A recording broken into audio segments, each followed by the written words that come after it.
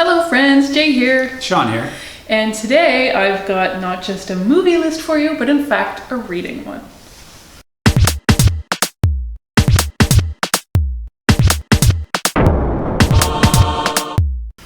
So Sean, I know you've spent a lot of your quarantine reading. I've read like 1.25 books now. Oh, that is a fair amount for me. that is a lot for Jay Sean. would read 1.25 books in about 18 hours. So I'm quite a ways behind. Quite a ways, yes. I am a voracious reader. Before I wrote movie reviews, I wrote book reviews. Was even a little bit before you, probably. Yeah, you were still doing it when we first started dating, but not for long after that. Mm-hmm.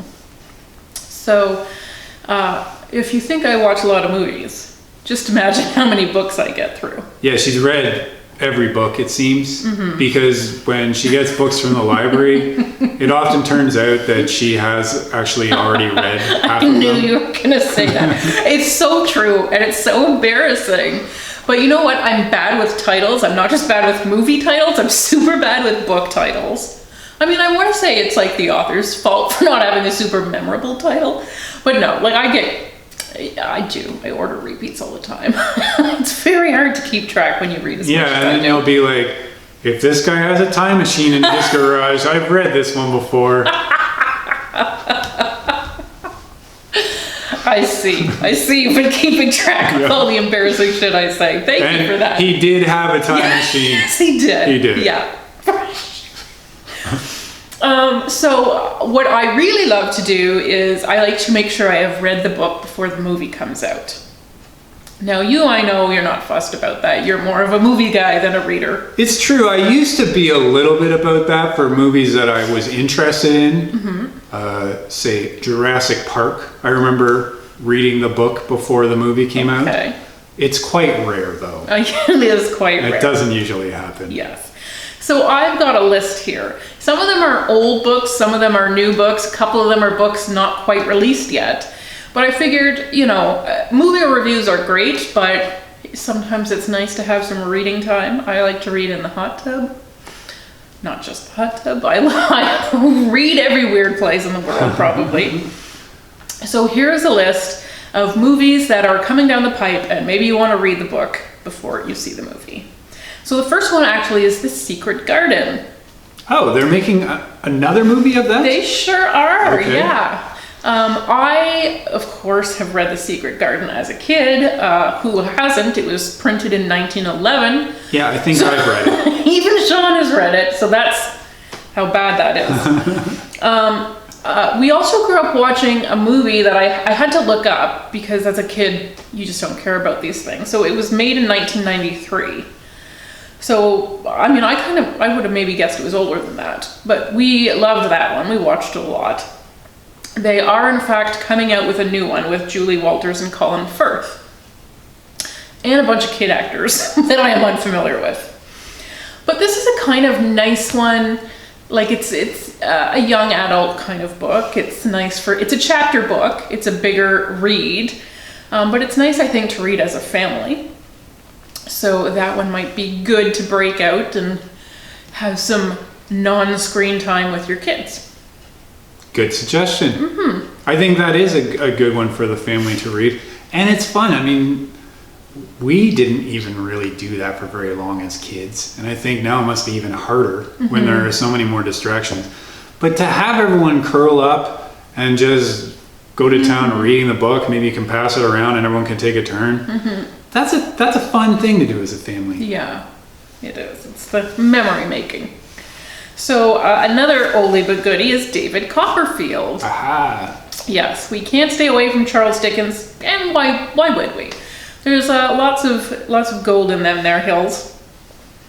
So Sean will have known of this one because we actually saw the movie at TIFF. So we saw that last September. The movie title is actually The Personal History of David Copperfield, right? I believe that's right. Yeah. And actually, the Charles Dickens has a much longer name. We just call it David Copperfield, but the personal history of him is somewhere in his much longer version as well.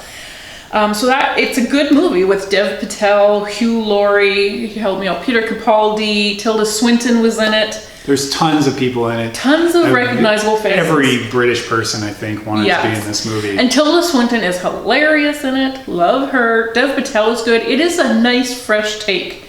It was a really fun watch. It is, and I remember you pointing out how good of a literary adaptation it is because it really comes from the book. There are passages from it. The whole thing is he's writing down memorable quotes that he's getting, and he's going to turn it into a novel somehow. It is a cool movie. Yeah.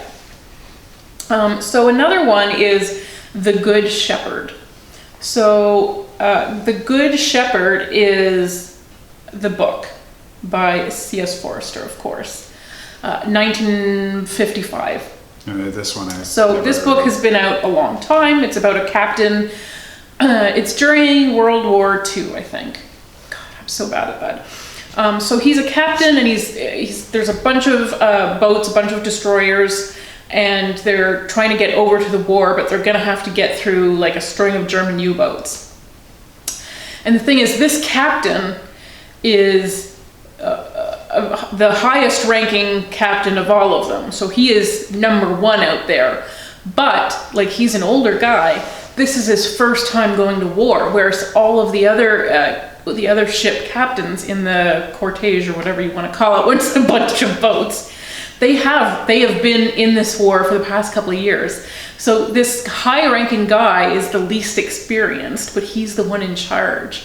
So he really has like anxiety about it, and it's a really great conflict, like a personal conflict kind of movie. There is already a movie called The Good Shepherd. It has nothing to do with this book. I think it's the Matt Damon CIA one or whatever. So this movie, the movie based on this, is called Greyhound, and it is the Tom Hanks movie. Oh, the one that he was filming in Australia? No, that's the Elvis. The Elvis biopic, yes. No, this one you may have already seen the trailer for, because it's completed. It will be out. Okay. Yeah, I think it has like a December release date, so I expect that one will probably come out on time. Hopefully. Yeah. So that's the little catch. The book is The Good Shepherd. The movie will be called Greyhound, but it is the same story. Another one that is actually more contemporary, if that's the way you like your books, that's cool with me. It's called The Woman in the Window, which I have read. I read that one too. Oh, how did you? Yes, I did.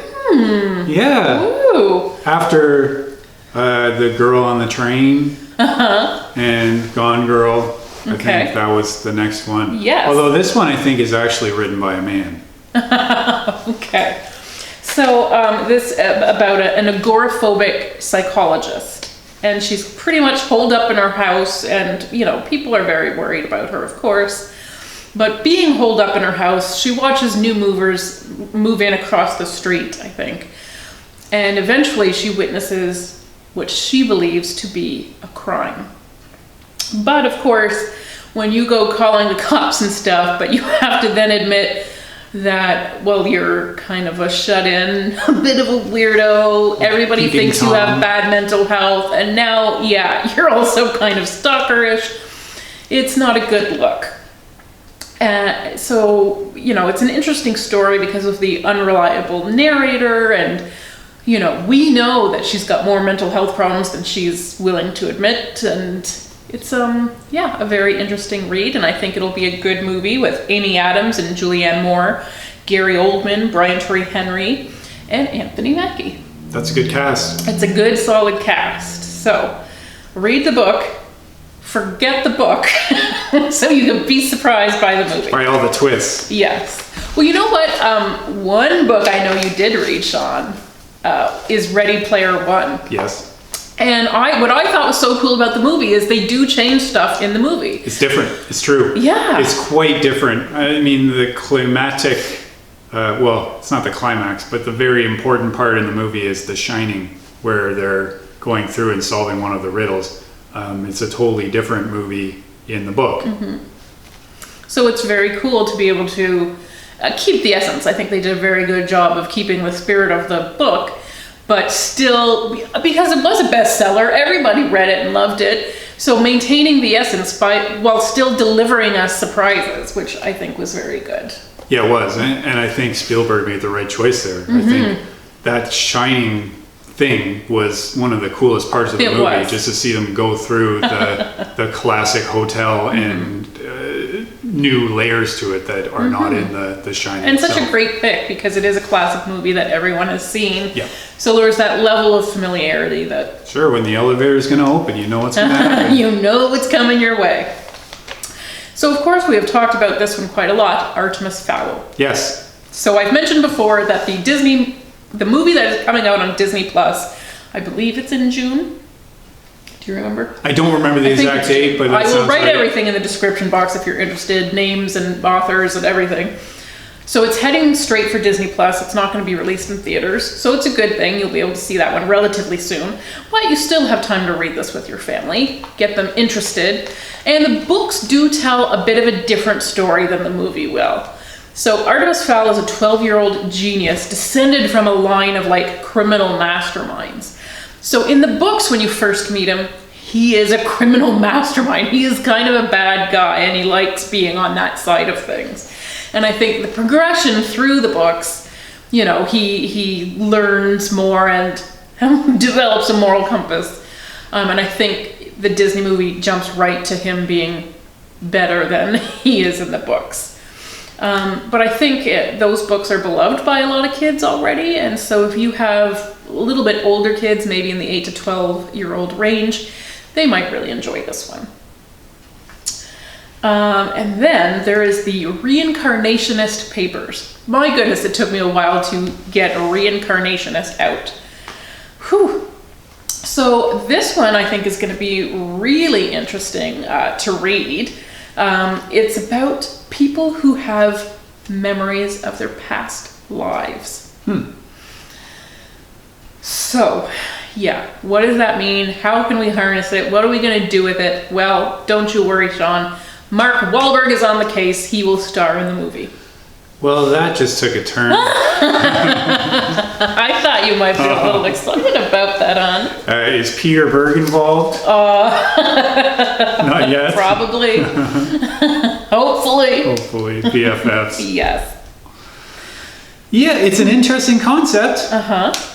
Good. I am surprised that Mark Wahlberg is attached to such a thing. But anyway, okay. I guess they can't all be oil rigs and Boston Marathon And it's bombings. probably safe to say he was not a scholar in his past life. We went there. Okay. How about The One and Only Ivan? Do you know that book? No, I don't. Okay, it's a kid's book. Like a little kid's book, a story book. So this will be... this is going to be an interesting movie. I don't know how it'll work. But in the story, there is a gorilla named Ivan. And he lives in a cage in a shopping mall. Oh, poor guy. Yes. And that is based on a real gorilla. Probably even named Ivan, who lived in a cage in a shopping mall for I think years. it's the least we could do is not change the name of this poor gorilla. Give him credit for all the hardship he lived through. Anyway, so he lives with a dog and an aging elephant in his cage, and then one day an abused baby elephant joins them. So that's kind of sad. That is kind of sad. So this movie is going to be like a live action and animated hybrid.